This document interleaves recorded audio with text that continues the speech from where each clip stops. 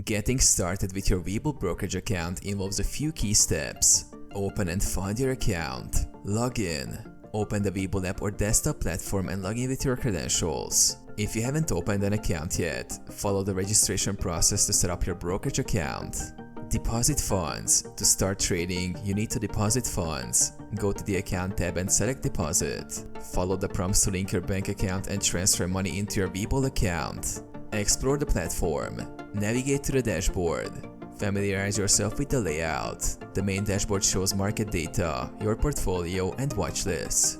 Use tools and features. Explore features like the stock screener, charting tools, and market news. Set up watch lists. Create watch lists. Add stocks or ETFs you're interested in tracking.